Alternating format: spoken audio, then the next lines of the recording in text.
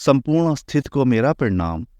आज फिर एक नई चर्चा के साथ मैं आप सब लोगों के सामने उपस्थित हूँ। मेरे एक मित्र ने एक अपने अनुभव बताए थे। शुरुआत में ध्यान से या कुछ टाइम बाद ध्यान करते समय घबराहट और बेचैनी होती है। गला भी सूखता है, मुंह में पानी भी इकट्ठा हो जाता है। छोटी छोटी बातों पर गुस्सा अधिक आने लगता है।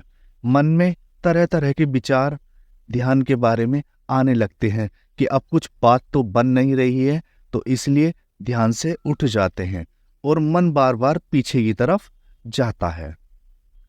इस प्रकार की घटनाएं लगभग सभी साधकों के साथ होती हैं, क्योंकि शुरुआत में ध्यान में कुछ समय बाद घबराहट और बेचैनी का होना स्वाभाविक है। क्योंकि मैं आपसे कहूं तो कुछ लोगों को ध्यान किस तरह से करना चाहिए, उसका प्रारंभिक प्रोसीजर क्या है, इस कारण की वजह से घबराहट और बेचैनी होती है, क्योंकि वो लोग सीधे सीधे ध्यान में बैठ जाते हैं। मैंने इससे पिछली वीडियो में भी बताया था कि वो लोग शरीर पर काम नहीं करते हैं। तो जब हम ध्यान करते हैं, ध्यान की प्रारंभिक अवस्था आती है, तो ध्यान का मतलब तो है शरीर से छूट जाना।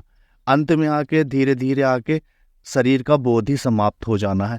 तो जब ध्यान की प्रारंभिक चरण में ऐसे बोध आते हैं, हमें थोड़ा सा ऐसा लगता है हम विधि के अंदर डूब जाते हैं, थोड़ा शरीर से तादात्म्य टूटना शुरू होता है, या शरीर हमारा सुन्न पड़ना शुरू हो जाता है, कहीं से शरीर के हिस्से सुन्न हो जाते हैं, तो मन जो है एकदम से घबरा जाता है। क्योंकि मन को अभी तक ऐसी आदत है नहीं, मन ने शरीर के किसी भी हिस्से को ऐसा नहीं है कि अपना ना माना हो।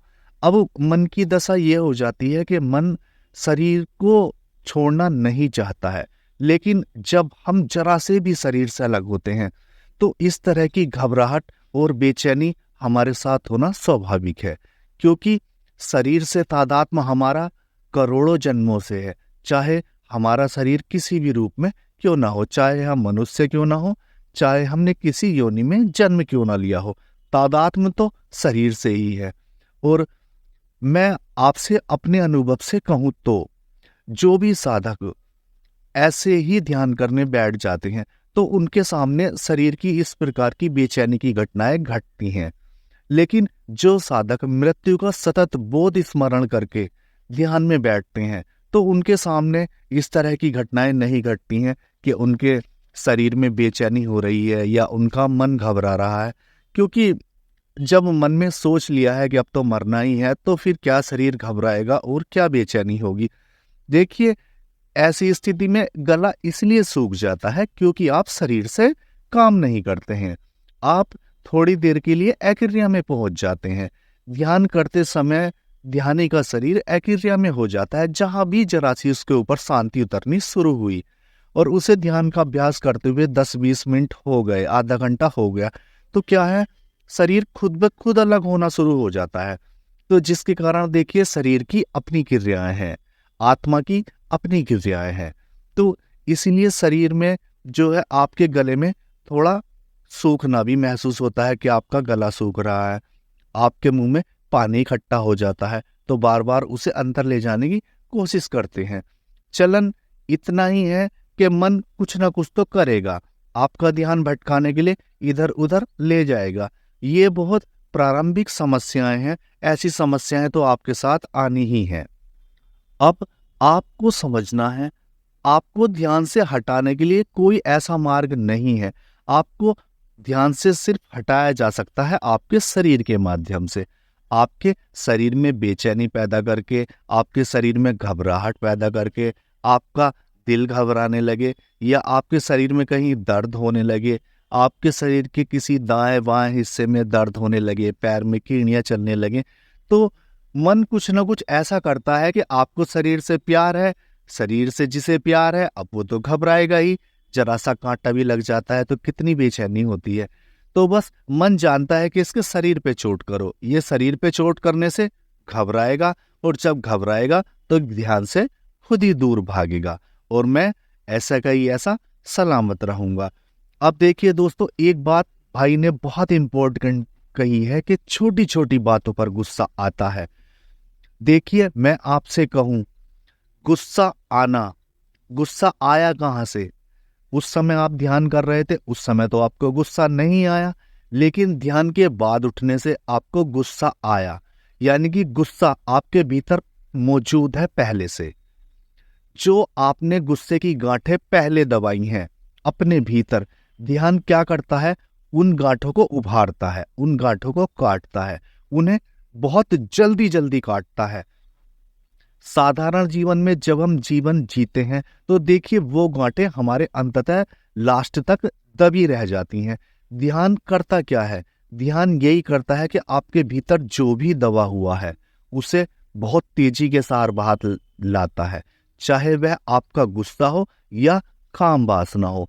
जो भी ध्यान के मार्ग से गुजर रहे हैं और उनकी प्रारंभिक अवस्था है, उन्हें इतनी तीव्र वासना उठती है, इतना तेज गुस्सा आता है कि बस पूछिए ही मत। साधारण तौर पे तो उस प्रकार से गुस्सा आता ही नहीं है। तो इसके बारे में मैं आपसे यही कहना चाहूंगा, ये एक दिन में शुद्ध होने वाला नहीं है, इसे आपको समझ के साथ झेलना पड़ेगा। आपका जितना भी गुस्सा आपके भीतर दबा हुआ है वो सारा बाहर आएगा। उसके बाद आपकी जो ऊर्जा है उसका रूपांतरण प्रेम में होगा। देखिए, मैं अपने अनुभव से कहूं तो आपके अंदर से सारे व्यवहार कट जाएंगे। देखिए, गुस्सा, भय, इस तरह के जितने भी ऐसे गलत व्यवहार आपके भीतर मौजूद हैं वो सारे कट जाएंगे। तभी तो आपके भीतर जो है ऊर्जा का बढ़ना शुरू होगा, आपके भीतर से ऊर्जा दिखनी शुरू होगी, आपके रोम रोम में ऊर्जा स्फुटित होनी शुरू होगी। तभी तो आपका व्यक्तित्व, आपका ऑरा मजबूत होगा। तभी तो आपका व्यवहार ऐसा होगा कि लोग आपके व्यवहार से आकर्षित हो सके। वो होगा कब? दोस्तों, मैं आपसे कहना चाहूंगा, ये सारी समीकरणें एक हैं, बस थोड़ा सा हेर फेर है, जैसे चक्रों की है, जैसे ध्यान की है। तो जब आपके भीतर जो भी व्यवहार है ये सब कट जाएंगे ना, तब आपका ऑरा विस्तृत होगा और आपकी वाणी में सौम्यता आएगी, आपके हृदय में प्रेम आएगा, आप दूसरे के लिए भी प्रेम की भावना रखेंगे, आपकी वासना का रूपांतरण प्रेम में हो जाएगा। आपकी जो ऊर्जा वासना की तरफ जाती थी वह ऊर्जा अब दूसरे कामों में लगेगी। तो इससे तो आप घबराएं ना, आपको गुस्सा भी बहुत आएगा और ऐसे जितने भी व्यवहार आपके भीतर दबे हुए हैं वो सारे बाहर निकलेंगे, उन्हें ध्यान काटेगा। तभी आपका शुद्ध व्यक्तित्व बाहर आएगा, तभी आपकी ब्रह्म जैसी चर्या होगी। कहते हैं ना कि ब्रह्मचर्या को अपनाइए। तो ब्रह्मचर्या का मतलब क्या होता है? ब्रह्म जैसी चर्या, यानी कि शुद्ध ईश्वर स्वरूप में आ जाना।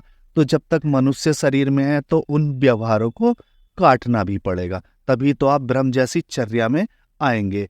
देखिए, मन, भाई ने एक बात और बताई थी, मन में तरह तरह के विचार ध्यान के बारे में आते हैं कि अब बात तो बन नहीं रही है, तो चलो अब उठ जाते हैं और वापस अपने उसी जीवन में चलते हैं।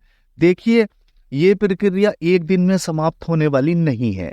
इसके लिए ध्यान का इतना सतत अभ्यास करना पड़ता है कि आप सोच भी नहीं सकते हैं। मैं आपसे कहूं अभ्यास के बारे में, तो देखिए, प्रारंभिक अवस्था में जितना अधिक से अधिक ध्यान किया जा सकता है दिन में उतना करिए। 1 घंटा, 2 घंटा, 3 घंटा, 4 घंटा, 5 घंटा, 6 घंटा, 8 घंटा, 10 घंटा, 24 घंटे में जिसके पास हो, जितना समय हो उतना ध्यान का अभ्यास कीजिए। जितना ध्यान का अभ्यास करेंगे उतना आपके जो भीतर दबा पड़ा है वो जल्दी जल्दी कटता चला जाएगा। और मन, अब रही मन की बात, मन आपको वापिस ले जाता है। तो मन आपको वापिस बहुत समय तक लेके जाएगा। ये बहुत लंबा प्रोसीजर है। इसमें आपको ये नहीं सोचना है कि मैं एक दिन ध्यान कर लूं और मैं फारिग हो गया। इस तरह के विचार आपको तभी रुकेंगे आपके, जब आपके भीतर साक्षी भाव की कुछ ना कुछ झलकियां आ जाएंगी। और जैसे ही साक्षी भाव की झलकियां आपके भीतर आ जाएंगी तो जो ये आपका मन है ना, जो आपसे ये कहता है कि चलो पीछे की तरफ, फिर ये पीछे की तरफ नहीं कहेगा, फिर ये कहेगा चलो आगे की तरफ। दोस्तों, ये एक संघर्ष है। संघर्ष जीवन में भी तो करते हैं, तो ध्यान में भी करिए। आप ऐसा मान के चलिए, जीवन जी के भी क्या मिला है। और अगर 5 साल, 3 साल, 8 साल, 10 साल ध्यान कर भी लिया, कुछ भी नहीं मिला, तो तब भी फर्क क्या पड़ता है। कुछ तो हमने समय ऐसा दिया जो हमने अपने लिए जिया। लेकिन ऐसी बात नहीं है दोस्तों, जब आप मेहनत करेंगे ना तो आपके परिणाम भी सामने आएंगे। देखिए, इतने बुद्ध पुरुष हैं संसार में, क्यों है वो? उनके होने का सार क्या है? वो हमारे लिए प्रेरणा स्रोत हैं। उनकी बातें हमारे लिए प्रेरणा स्रोत है। तो जो भी आप ऐसे ध्यान के छोटे मोटे चरणों में घबरा जाएंगे, तो फिर आप कैसे बात बनेगी? आप कैसे बुद्धत्व को प्राप्त होंगे? आप कैसे अपने आप को समझ पाएंगे? आप अपने भीतर के चैतन्य को, साक्षी भाव को कैसे देख पाएंगे, कैसे समझ पाएंगे? मित्रों, ये ध्यान की छोटी मोटी उलझनें हैं, कृपया इन पे ध्यान ना दें। देखिए, शरीर से संबंधित ऐसी उलझनें सब बकवास हैं, होती हैं। सिर में दर्द भी होता है, गुस्सा भी आता है, काम वासना भी बहुत तेजी से उठती है, और जितने भी ऐसे व्यवहार हैं ये तो बहुत तेजी से उठते ही हैं, और ये बहुत लंबे टाइम उठते हैं। ऐसा नहीं है कि आपको एक बार गुस्सा आ गया तो समाप्त हो गया। जितना जितना आप ध्यान करते जाएंगे, ये उतनी उतनी तीव्र रफ्तार के साथ बढ़ते चले जाएंगे, और जब इनकी स्थिति शरीर के भीतर से नगण्य हो जाएगी, ये समाप्त हो जाएंगे पुराने इकट्ठे हुए व्यवहार, तो आपका एक नया जीवन शुरू होगा। देखिए, मैं एक वीडियो में आपको ये बताऊंगा कि ध्यान के गुण क्या होते हैं। जब जिस पर ध्यान और शांति उतर जाती है ना, वो कैसे चलता है, उसका रहन सहन कैसा होता है, उसके भीतर से उसका आभा मंडल कैसे दिखता है, लोग कैसे उससे सम्मोहित होते हैं, इन सब बातों पर भी मैं आपको जरूर एक वीडियो बनाऊंगा।